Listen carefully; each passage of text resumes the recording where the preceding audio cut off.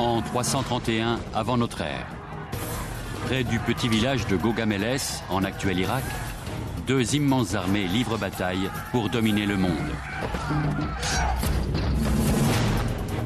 D'un côté, le grand roi de Perse, Darius, à la tête de la plus grande armée de la Terre.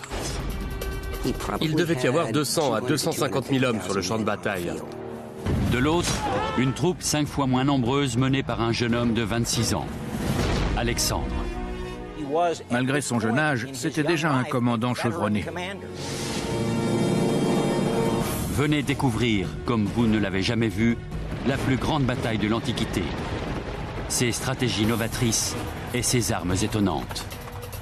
Ils avaient une arme de ce type, une lance extrêmement aérodynamique. Qui était Alexandre? Comment a-t-il pu se mesurer à une armée 5 fois plus grande que la sienne?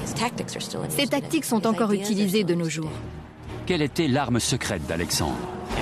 Alexandre était un véritable phénomène. Remontons le temps pour entrer au cœur d'un affrontement sans précédent. La bataille de Gaugamélès a marqué un tournant dans l'histoire. Les forces ennemies sont en place. Malgré l'inégalité numérique, elles vont se livrer une bataille sans merci.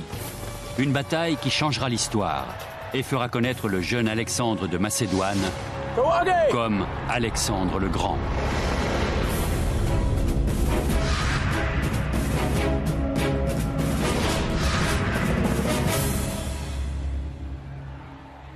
« 1er octobre 331 avant notre ère. Non loin du village de Gaugamélès, les deux armées les plus puissantes du monde, l'armée perse et l'armée macédonienne, se font face. Malgré leur infériorité numérique, les Macédoniens chargent les premiers. Leur jeune commandant, Alexandre, donne l'ordre à ses troupes d'élite d'attaquer le centre du front perse.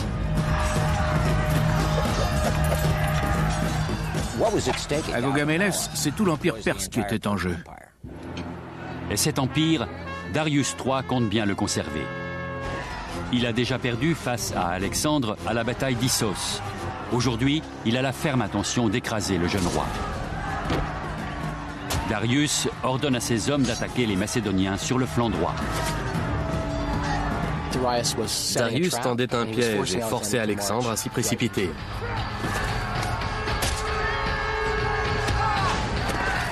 Le roi de Perse envoie ses armes les plus meurtrières, des chars de guerre conçus pour déchiqueter l'ennemi. Comment réagir face à ça? Face à cette marée humaine équipée d'armes terrifiantes, Alexandre parviendra-t-il à sauver ses hommes et son royaume? L'histoire commence bien avant Gaugamélès, dans une province montagneuse du nord de la péninsule hellénique, la Macédoine. Pour les Grecs, les Macédoniens sont des sauvages, car ils vivent sous un régime monarchique et non démocratique. Qui plus est, dès leur plus tendre enfance, tous les jeunes gens sont élevés pour devenir des guerriers.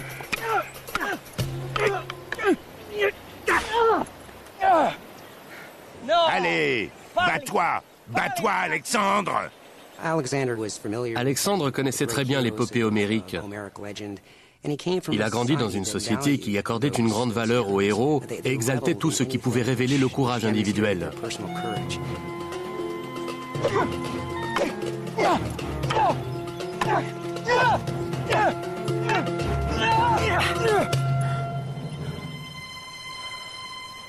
Le père d'Alexandre est le roi Philippe II de Macédoine. Ce grand conquérant, aujourd'hui grisonnant, a passé sa vie à étudier l'art de la guerre. C'est Philippe qui, à la tête de son armée, a unifié la Macédoine. À 16 ans, il nomme Alexandre commandant de cavalerie. Philippe n'est pas seulement un grand homme d'État, c'est aussi un grand novateur. Philippe a fait de la Macédoine l'État le plus puissant du monde antique. Il a littéralement révolutionné l'organisation et les pratiques militaires. Philippe crée une armée professionnelle, il paie ses hommes et il les paie bien. Ils s'entraînaient toute l'année. Les hommes d'une même région étaient regroupés entre eux, ce qui donnait des unités très soudées, très entraînées et par conséquent extrêmement efficaces. Philippe a fait de la Macédoine une puissance régionale. À présent, c'est toute la Grèce qu'il entend soumettre à son autorité. Parménion, comment vont nos affaires? Eh bien, Athènes et Thèbes posent problème. Faut régler ça. Ne t'inquiète pas pour Athènes. On peut s'occuper séparément des deux cités. Alexandre sera mon général. Il est prêt à se battre.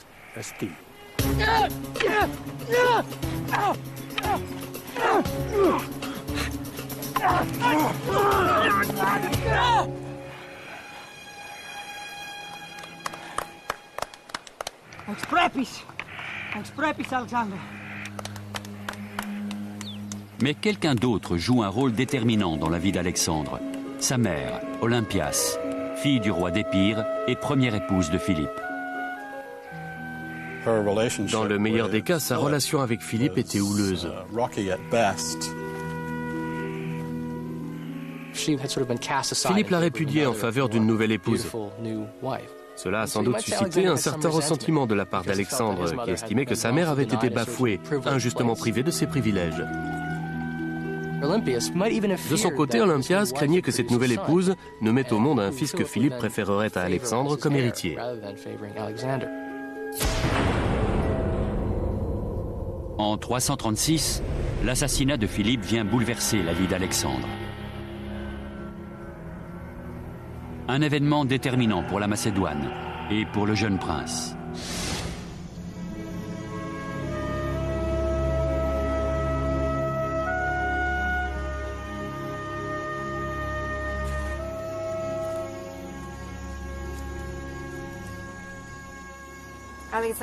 Alexandre,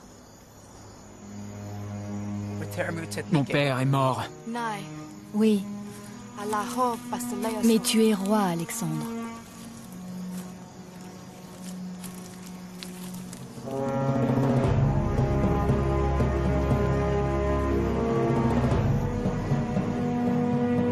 Si Philippe n'est plus, ses projets de conquête demeurent vivaces. À 20 ans à peine, Alexandre prend la tête de l'armée pour écraser la rébellion qui agite les cités grecques depuis la mort de son père. Rien ne peut arrêter l'armée macédonienne. Après avoir soumis Athènes et les autres cités-États, le jeune roi tourne ses regards vers l'Orient, en direction de la Perse.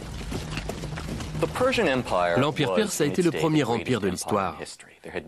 Jusque-là, jamais le monde n'avait rien connu d'aussi grand, d'aussi organisé. À son apogée, il s'étendait de la frontière indo-pakistanaise jusqu'à la Macédoine, en passant par l'Égypte au sud. Les Perses et les Grecs se faisaient régulièrement la guerre depuis à peu près 550 avant Jésus-Christ, c'est-à-dire plus de 200 ans. La Perse avait envahi la Grèce, conquis la Macédoine, réduit Athènes en cendres, violé les temples des dieux. Alexandre a grandi avec l'idée que la conquête suprême, c'était l'Empire perse.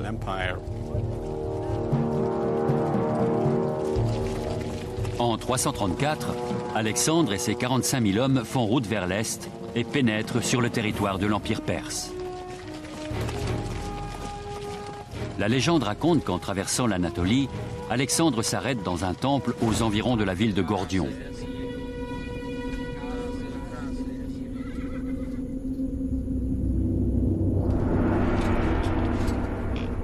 Ce temple abrite une célèbre énigme, le nœud gordien, porteur d'une prophétie divine.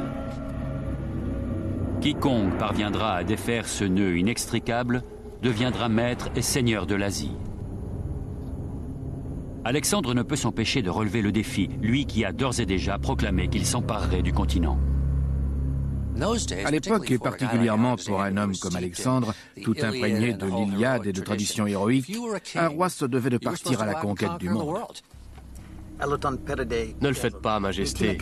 C'est un piège pour ridiculiser les étrangers. Mais je ne suis pas un étranger. Naguère, cette terre était grecque. Je suis roi de Macédoine, commandant suprême de la Ligue de Corinthe. Et bientôt, je serai maître de l'Asie.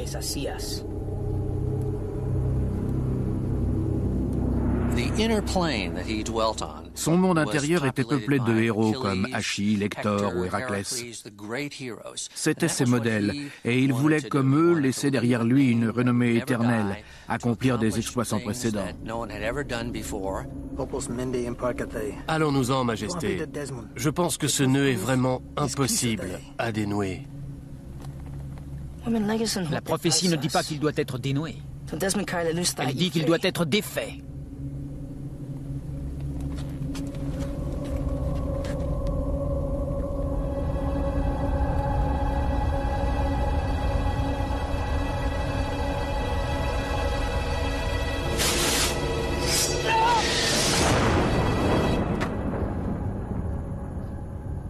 Peu importe la méthode, le nœud est défait. Que cette histoire soit vraie ou non, elle est révélatrice du caractère d'Alexandre. Elle nous apprend qu'il était prêt à chercher des solutions inventives, et plus encore qu'il était déterminé à réussir. Les historiens sont partagés sur la véracité de l'épisode gordien. En revanche, ils sont unanimes sur la volonté et le génie d'Alexandre. Deux qualités qui ne tarderont pas à être mises à l'épreuve lors de l'une des plus grandes batailles de l'Antiquité. À présent, l'affrontement est imminent. C'est un choc de titans qui scellera le destin de l'ensemble du monde connu.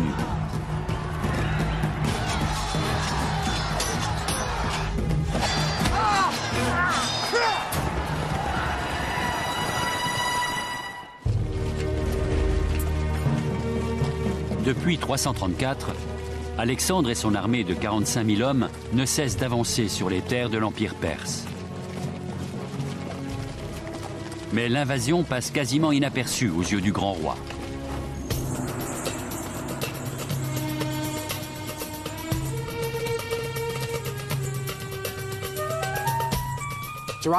Darius III, le roi de Perse, était monté sur le trône en 336 avant Jésus-Christ. Qu'est-ce qu'il y a? Darius apprend enfin qu'Alexandre et son armée ont pénétré sur les terres de l'Empire. À présent, que va-t-il faire? Les Perses veulent une victoire rapide sur Alexandre. Étouffer la rébellion dans l'œuf, l'écraser avant qu'il n'ait le temps d'avancer plus loin. Écrasez-le! Mais la stratégie de Darius échoue. Les Perses sont vaincus à la bataille du Granique, à la bataille d'Issos, puis au siège de Tyr.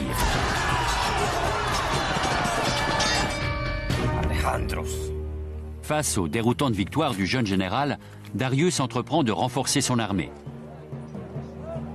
La plupart de ses conseillers lui disaient « N'affrontez pas Alexandre en bataille rangée, son armée est trop forte. C'est beaucoup trop risqué. Mieux vaut éviter le combat et battre en retraite. » Laissez au formidable terrain du sud-ouest asiatique le soin de triompher d'Alexandre. Détruisez toute nourriture, brûlez les cultures, affamez-le. C'est ainsi que vous prendrez le chemin de la victoire. Mais Darius a énormément de mal à suivre ce genre de conseils, parce qu'il doit faire ses preuves et traditionnellement, un roi perse fait ses preuves en remportant des batailles. Malgré tout, avant le bras de fer final, Darius tente de négocier avec Alexandre. Il envoie plusieurs courriers à Alexandre dans lesquels il propose différentes modalités de paix. Si Alexandre met un terme à sa campagne, Darius lui promet de l'argent, la moitié de son empire, déjà conquise à ce moment-là, et même la main de sa fille. Alexandre aurait répondu en substance « Pourquoi devrais-je négocier avec vous pour des choses qui m'appartiennent déjà ?» Relis-la. Mais grand roi... Relis! Alexandre à Darius, désormais, tout ce que vous possédez m'appartient. Pour défendre votre trône, levez-vous et battez-vous. À Gaugamélès, c'est tout l'Empire perse qui était en jeu.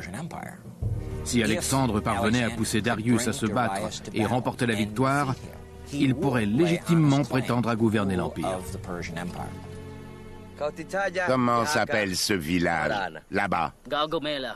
Il s'appelle Gaugamélès, grand roi. Dites au jeune roi que je l'écraserai à Gaugamélès.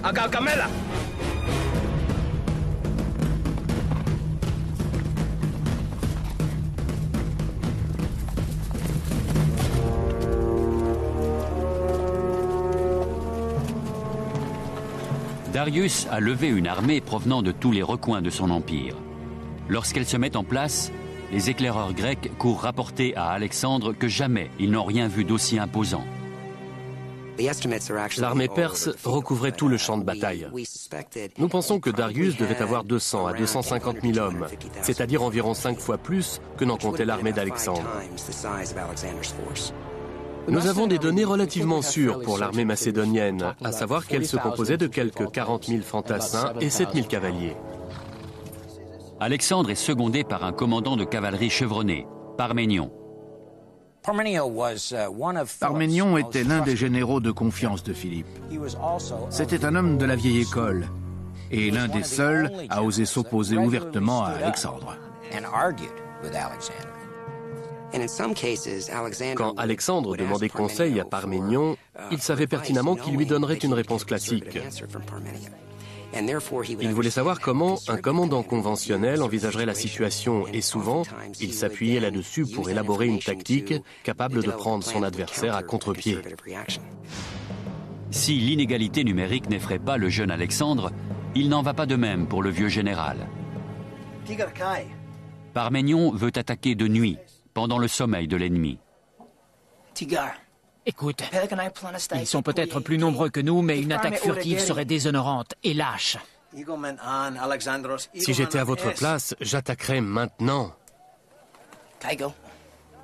Moi aussi. Si j'étais Parménion. Mais je ne suis pas Parménion. Je ne veux pas d'une victoire volée. Nous attaquerons au matin.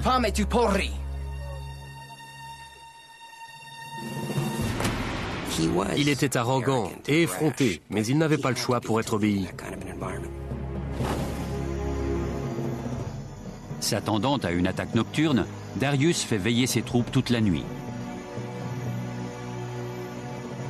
L'armée perse n'est pas un corps uni. Elle se compose d'une multitude de bataillons enrôlés par les gouverneurs ou satrapes des 4 coins de l'Empire. Le roi allait voir le satrape et disait « Cette année, votre impôt sera de 1000 hommes ». Il venait d'une multitude de régions différentes, de l'Éthiopie jusqu'à la Bactriane, l'actuel Afghanistan. L'armée perse était donc formée de troupes de langues différentes, de cultures différentes, maniant des armes différentes. La plupart des guerriers perses ne portaient ni armure ni casque et étaient équipés d'une lance de 2,50 m et d'un bouclier en osier. Mais cette infériorité en armes, l'armée de Darius la compensait par le nombre. Les Perses ne sont pas une bande de sauvages indisciplinés. Leur stratégie fonctionne depuis des centaines d'années. Ils ont conquis un immense empire. Ils ont fait leurs preuves. Face à cette gigantesque armée, Alexandre a un avantage. La phalange macédonienne. Dale Dye, capitaine retraité de la marine américaine, historien et conseiller pour le cinéma, a étudié les techniques de guerre macédoniennes.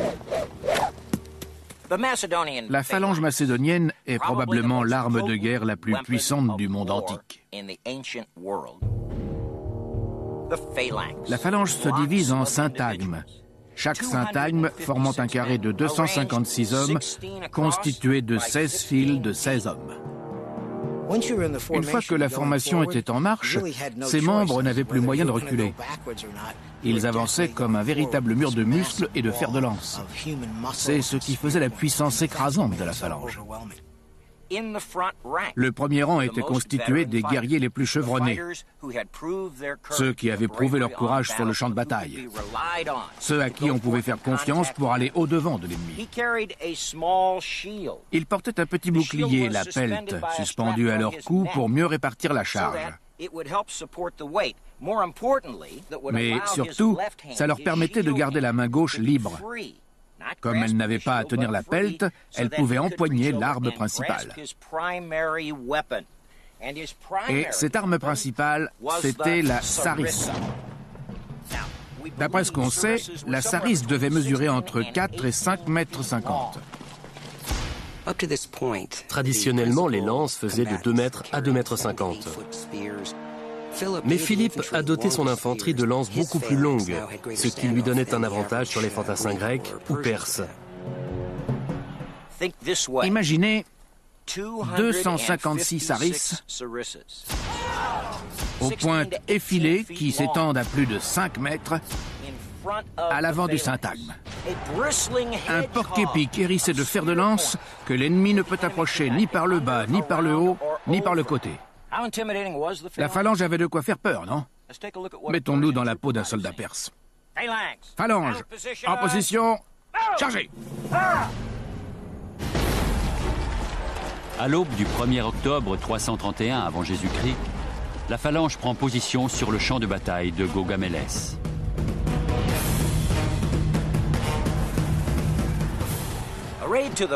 En général, la phalange était flanquée à l'extrême droite d'une unité d'infanterie lourde constituée de soldats appelés hoplites. Contrairement aux peltastes, les soldats équipés de la pelte, les hoplites portaient un grand bouclier généralement connu sous le nom de hoplon. Au combat, ils pouvaient servir à assommer, à repousser ou à renverser l'ennemi. Ce qui donnait à l'hoplite le temps de tirer son arme de main, une épée.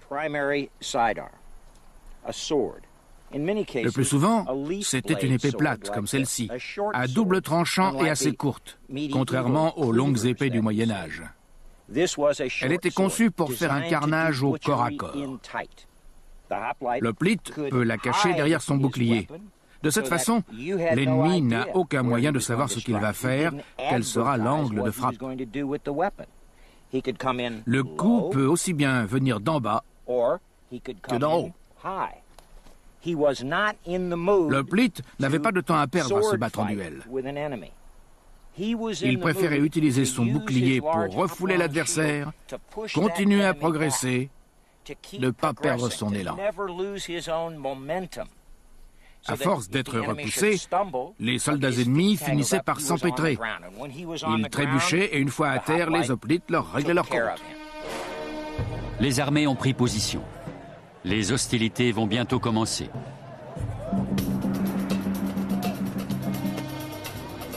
Manifestement, Darius pensait que la bataille de Gaugamélès scellerait sa victoire.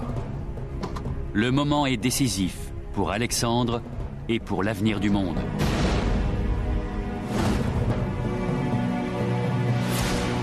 Avec quelques 250 000 hommes, les Perses ont constitué la plus grande armée jamais connue.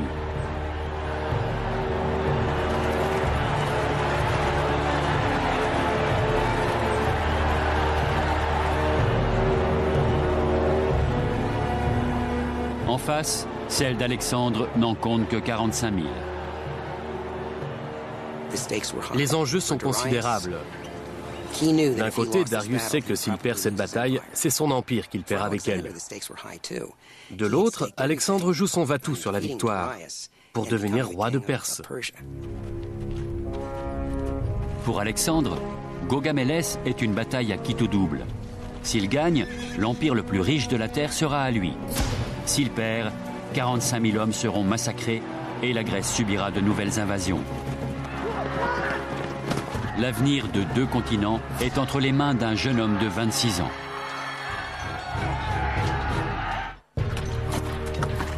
À la tête de ces 45 000 hommes, Alexandre se trouve face à une armée 5 fois plus nombreuse. Dans les 2 camps, les meilleurs guerriers sont déployés en ligne continue sur près de 4 km. Alexandre n'a qu'une inquiétude, son infériorité numérique. Car pour le reste, ces hommes ont été précisément entraînés pour ce type de combat.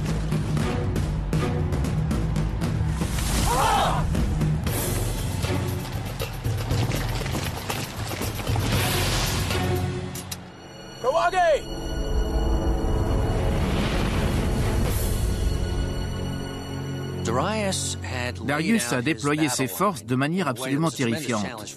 Son armée s'étend sur 4 km et il a ménagé des ouvertures, de larges zones déblayées pour permettre l'avancée des chars à faux. Ces chars armés de lames d'acier à l'avant et sur les côtés. De son côté, même étiré au maximum, le front macédonien reste quand même débordé d'1 kilomètre de part et d'autre. Ce qui veut dire qu'Alexandre risque d'être pris en tenaille par la cavalerie perse sur les flancs, tandis que les chars à faux l'attaquent au centre. Alors, comment réagir face à ça? Pour Alexandre, chaque bataille est une partie d'échecs. Il sait que celle-ci sera difficile. Alexandre considère son armée comme un marteau et une enclume. La phalange représente l'enclume et la cavalerie le marteau. Elle pousse l'ennemi qui se retrouve écrasé entre marteau et enclume.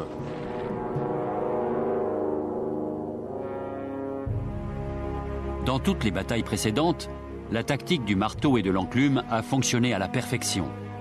Mais à Gaugamélès, cette stratégie est inenvisageable. Face à un front de 4 km, la cavalerie macédonienne n'a aucune chance de déborder l'armée perse. Alexandre doit établir une nouvelle stratégie.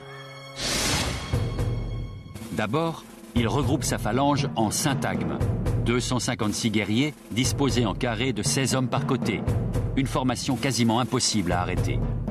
À l'époque, ce procédé est une révolution. Ensuite, comment utiliser au mieux son deuxième point fort, la cavalerie lourde? Plus armés qu'aucun autre et entraînés à se déplacer comme une entité, les cavaliers macédoniens sont considérés comme les meilleurs du monde. Protégés d'un casque et d'un plastron de bronze, ils sont armés d'une lance appelée Xyston. Le Xyston mesurait à peu près 3 mètres, alors qu'en général, les lances de cavalerie n'en faisaient que 2. Les cavaliers d'Alexandre pouvaient donc atteindre leurs ennemis avant d'être touchés. Les cavaliers portent également un sabre courbe à simple tranchant, le kopis. Le kopis était une arme incroyable, beaucoup plus sophistiquée que l'épée des fantassins. En raison de sa forme, de l'épaisseur du métal à cet endroit et de sa finesse ici, quand on frappe avec, le mouvement décuple sa puissance comme une machette ou une hache. On peut faire des dégâts terribles avec ça. Rien de tel pour couper les jarrets. Alexandre doit maintenant trouver comment tirer le meilleur parti de sa phalange et de sa cavalerie. Et sa tactique va révolutionner la stratégie traditionnelle. Au lieu de se déployer face à l'ennemi, il dispose son infanterie en diagonale.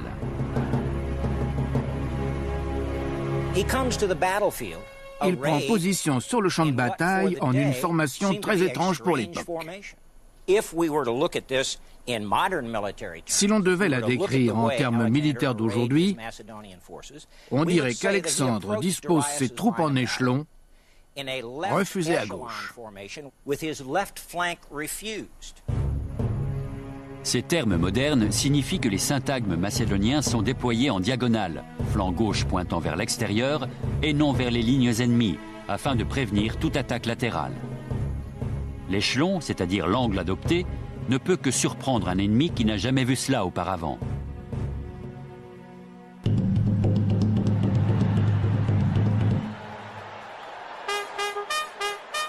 Le front macédonien se met en branle.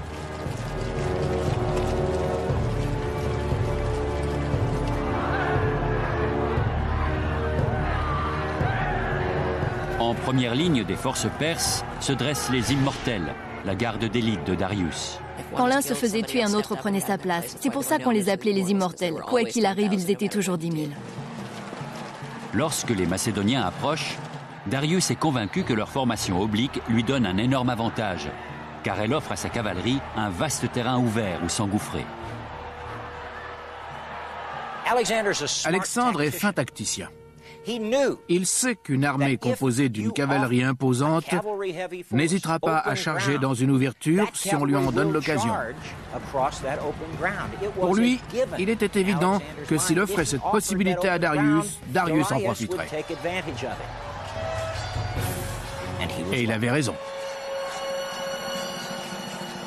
Darius ordonne à sa cavalerie de charger à gauche.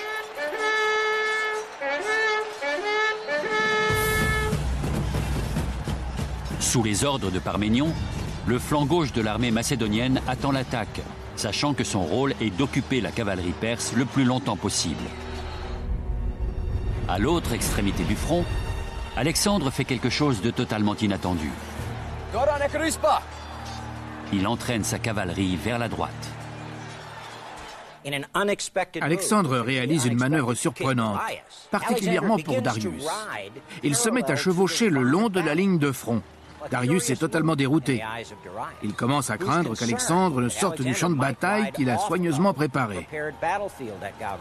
Ou, plus probablement, il craint qu'Alexandre n'arrive à le déborder, à virer à gauche, puis à remonter ses troupes pour les battre en brèche. Darius ne peut pas le laisser faire. Il donne l'ordre à son cousin Bessus, qui commande la cavalerie bactrienne, c'est-à-dire la cavalerie lourde postée sur le flanc gauche, d'empêcher ça. Immédiatement, Bessus et sa cavalerie se mettent à avancer parallèlement à Alexandre. Si Darius est déconcerté par la manœuvre inédite, il n'a guère le temps d'y réfléchir.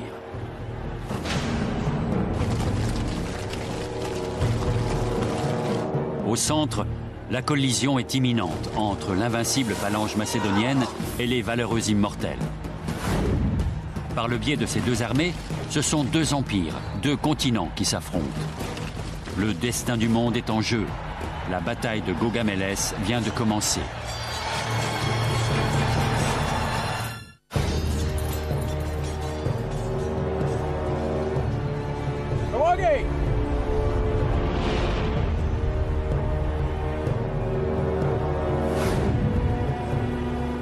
Nous sommes le 1er octobre 331 avant notre ère.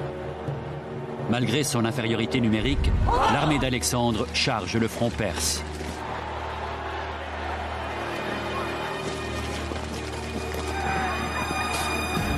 L'affrontement a commencé.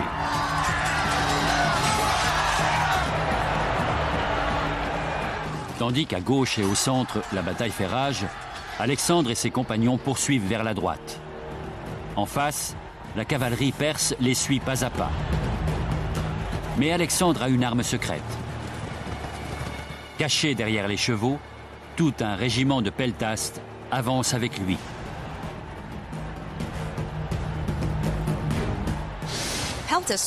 Les peltastes étaient des soldats d'infanterie légère chargés des escarmouches.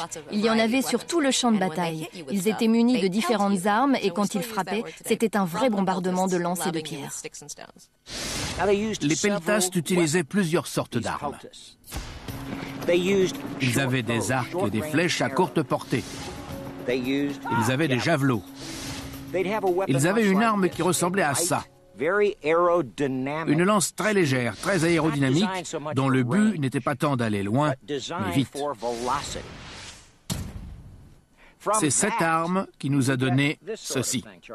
Merci, Charles.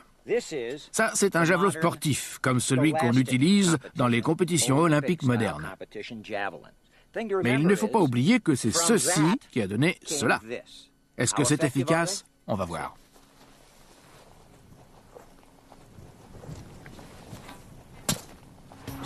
Les peltastes postés à l'avant de la ligne de front utilisaient ces javelots pour abattre les cibles importantes, les officiers, les conducteurs de chars à faux, mais aussi pour déstabiliser l'ennemi, le pousser à bout. Ils avaient également une arme assez répandue à l'époque, la fronde. C'était un appareil très simple. Il devait ressembler à ça. Un morceau de cuir, cousu en forme de poche pour accueillir le projectile ou la pierre, et deux lanières de cuir tressées ou entrelacées permettant de lancer le projectile.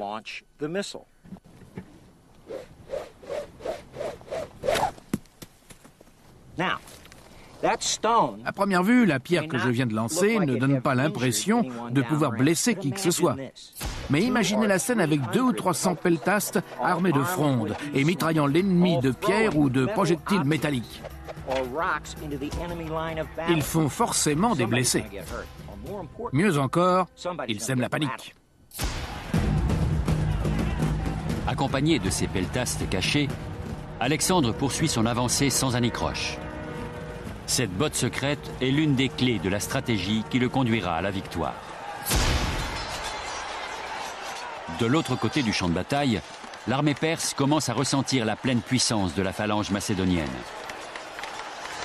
Voyant ses troupes d'élite en difficulté, Darius décide d'envoyer son arme la plus redoutée, les chars à faux.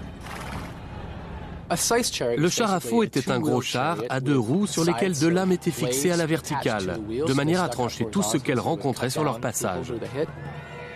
200 chars à faux, l'arme suprême de Darius, s'élancent.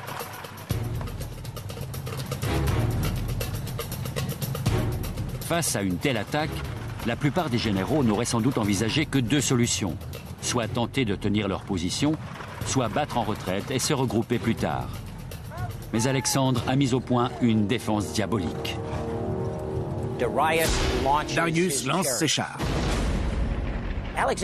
Mais Alexandre l'a prévu et il a montré à ses hommes comment les prendre au piège. C'est une manœuvre simple que l'on étudie encore aujourd'hui dans les cours de tactique, la nourricière. Jamais un cheval ne se précipitera sur une ligne hérissée de lances acérées.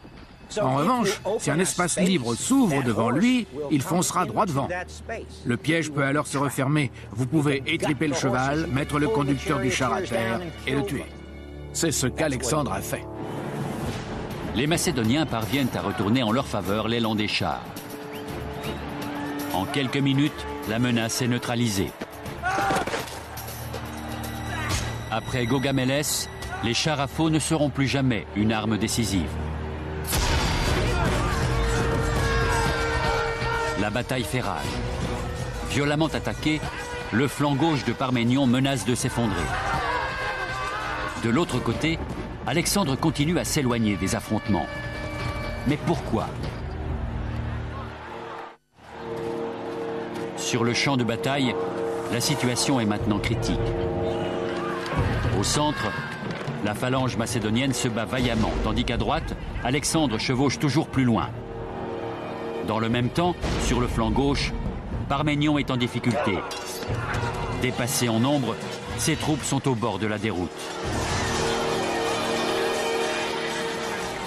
Il demande des renforts à Alexandre, mais le message ne parvient pas à son destinataire. Dans l'Antiquité, les moyens de communication sur le champ de bataille étaient au mieux primitifs. Toutes les communications étaient transmises par des instruments de musique. Il y avait des trompettes, elles jouaient d'abord une mélodie qui désignait l'unité concernée, puis une deuxième série de notes indiquait au commandant de ladite unité ce qu'il devait faire. Il y avait aussi des percussions. Là, le rythme employé indiquait s'il fallait aller plus vite, moins vite, tourner à gauche ou à droite. C'était très compliqué et probablement très difficile de ne pas s'y perdre. La poussière et le bruit des armes pendant la bataille posaient un vrai problème, surtout pour les communications.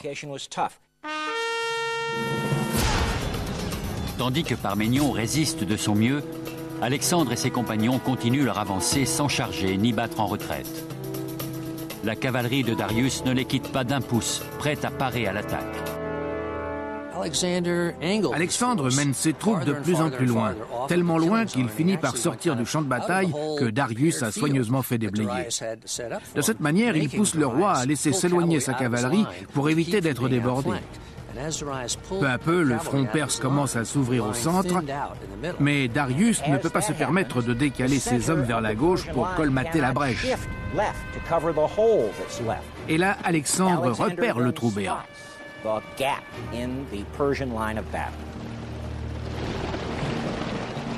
La stratégie fantaisiste d'Alexandre a semé le désordre dans les lignes perses et ouvert une brèche dans le front ennemi. Mais comment l'exploiter? Comme tous les grands généraux, il sent. Il sent le moment où cette porte s'ouvre.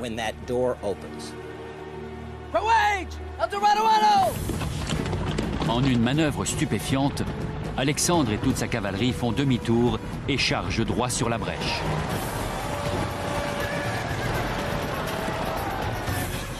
Découverts, les peltastes pilonnent les cavaliers perses à coups de pierre, de javelots et de flèches pour les empêcher de poursuivre Alexandre et ses compagnons.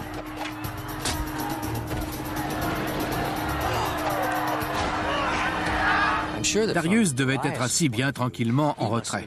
De son poste, il lançait ses chars à faux, il envoyait sa cavalerie, et il était persuadé qu'elle allait écraser Alexandre comme un rouleau compresseur.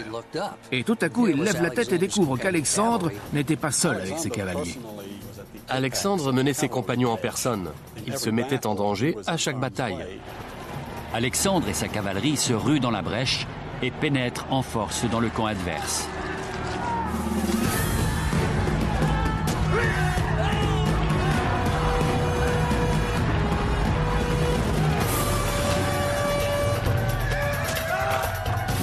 La phalange et l'enclume. À présent, le marteau est en place. Prise en étau, l'infanterie perse n'oppose aucune résistance. La phalange avance implacablement.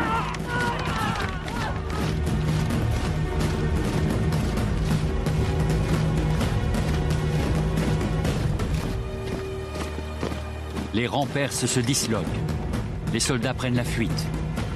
Maintenant que le centre a cédé, Alexandre n'a plus qu'un seul but, le but ultime depuis que la guerre existe, tuer le roi.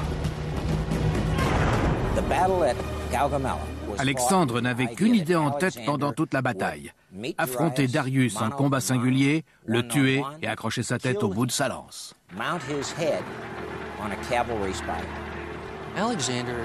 Il savait que quand on coupe la tête à un serpent, son corps meurt avec lui. Mais au moment même où il rattrape le grand roi en fuite, Alexandre s'arrête net.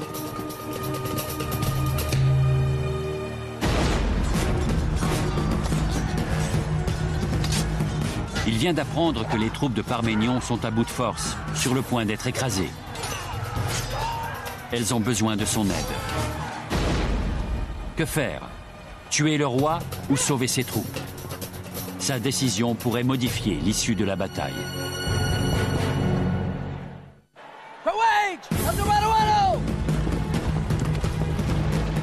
Darius a pris la fuite et Alexandre est à ses trousses. Mais à présent, le jeune roi se trouve face à un terrible dilemme. Alexandre a besoin de poursuivre Darius. Il faut qu'il le tue et qu'il le décapite. Alexandre le rattrape, mais le flanc gauche de son armée a besoin de renforts de toute urgence. Le choix est cornélien pour un jeune homme de 26 ans décidé à conquérir le monde. Il fait le choix de la raison. Il tourne les talons, laisse courir Darius et va sauver ses hommes.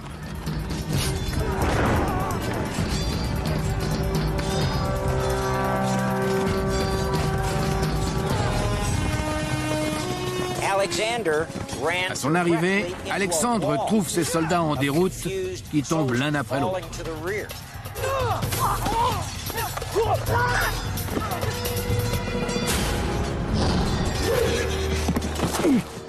C'était un commandant actif, combatif, qui se mettait en danger et adorait ça. L'opération de sauvetage de Parménion est l'une des phases les plus durement gagnées de la bataille.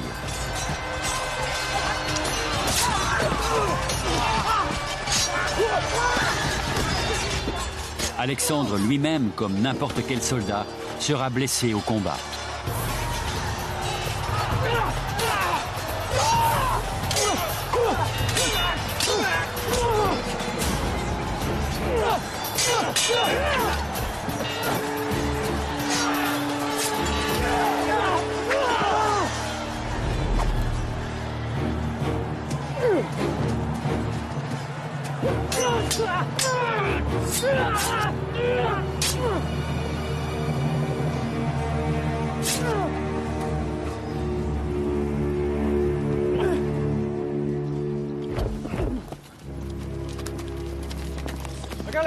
Majesté, Majesté, Darius s'est échappé.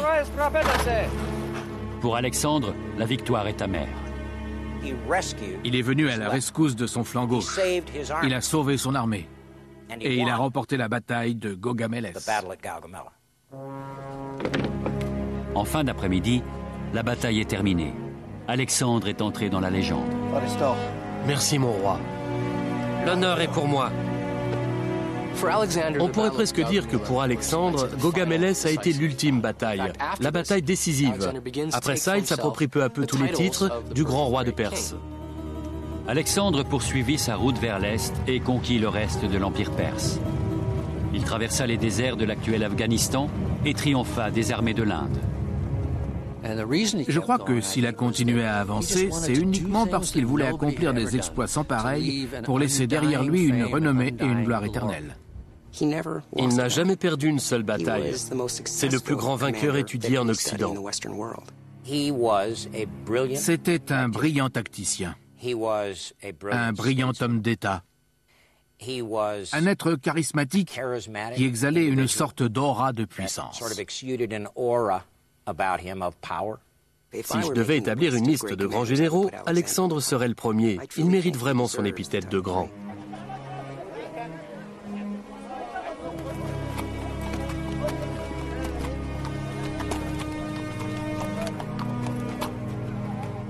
Selon certaines sources, seul 1 millier de Macédoniens auraient trouvé la mort à Gaugamélès, contre quelques 50 000 dans le camp perse. Darius alla se réfugier dans les montagnes alentours, mais ce ne fut que pour être assassiné quelques mois plus tard par un de ses satrapes. Alexandre s'autoproclama seigneur de l'Asie, et les faits lui donnaient raison. Alexandre était grand parce qu'il savait précisément ce qu'il voulait. Il a su inspirer à ses hommes un tel amour, une telle volonté de mener à bien ses missions que c'était comme un raz-de-marée irrésistible. Et ça, c'est la marque des grands hommes. Alexandre ne vécut que 6 ans après la bataille de Gaugamélès. À sa mort, à 32 ans, il avait conquis la totalité du monde connu. La prophétie de Gordion s'était réalisée. Ses stratégies insolites s'étaient révélées aussi efficaces à défaire les armées ennemies que le nœud gordien.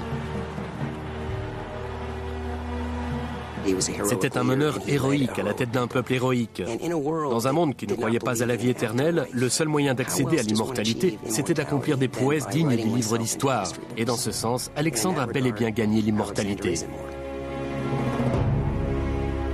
À la bataille de Gaugamélès, Alexandre le Grand est entré dans la légende.